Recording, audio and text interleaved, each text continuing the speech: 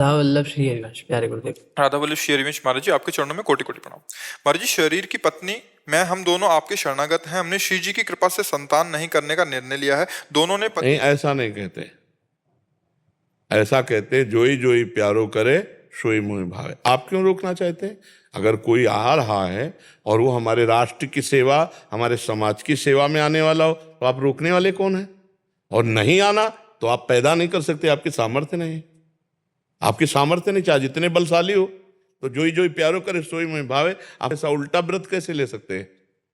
महाराज श्री पत्नी की रुचि बिल्कुल नहीं है, पत्नी की संतान। तो देखो, हम बच्चा यही कहना चाहते हैं, अपनी रुचि को भगवान की रुचि में मिला देने से हमारा प्रारब्ध क्षय हो जाता है।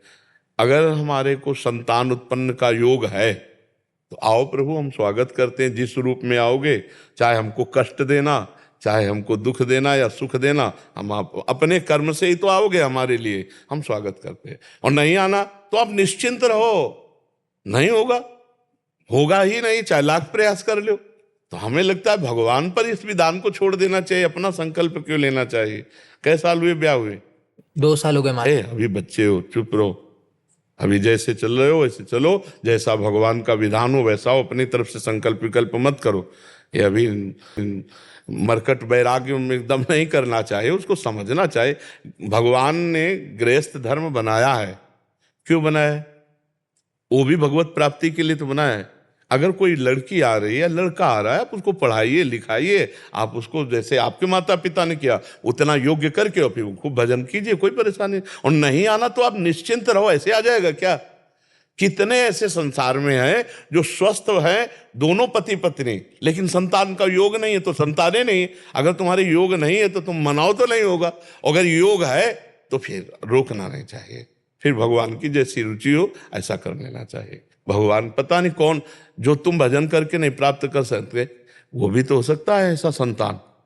आप मान लो भजन करने वाले बच्चे हो दोनों, और अगर भजन के बल से कोई ऐसा पुत्र हो जाए, अब अपने लोग भी तो किसी माता पिता से पैदा हुए हैं, नहीं? तो वो धन्य है माता पिता, वो कुल धन्य जिसमें भगवान का लाडला कोई भक्त पैदा हो जाए। तो आप ऐसा कैसे रोक सकते हैं?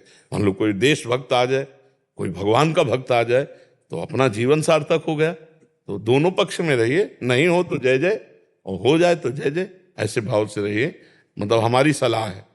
महाराज श्री आपकी आज्ञा ही सर्वोपरि है। हाँ, नहीं बच्चा, इसमें क्या होता है, भगवान का विधान देखा जाता है ना। अगर भगवान के विधान में हम विपरीत चलेंगे तो फिर हम भगवान के भक्त कैसे हैं? श्री कृष्ण अनुकूलेन प्रतिकूलस्य विसर्जनम, हम अपने प्रभु के अनुकूल चलें। प्रभु को अगर संतान देनी है तो पता नहीं कैसी तेजस्वी, तो भगवान भगवाना चाहते तो हम भोग लेते हैं। तो हम ऐसे रहें, जोई जोई प्यारो करे सोई मोहि भावे। नहीं होता तो राधे श्याम, होता है तो राधे श्याम, ऐसे भाव से।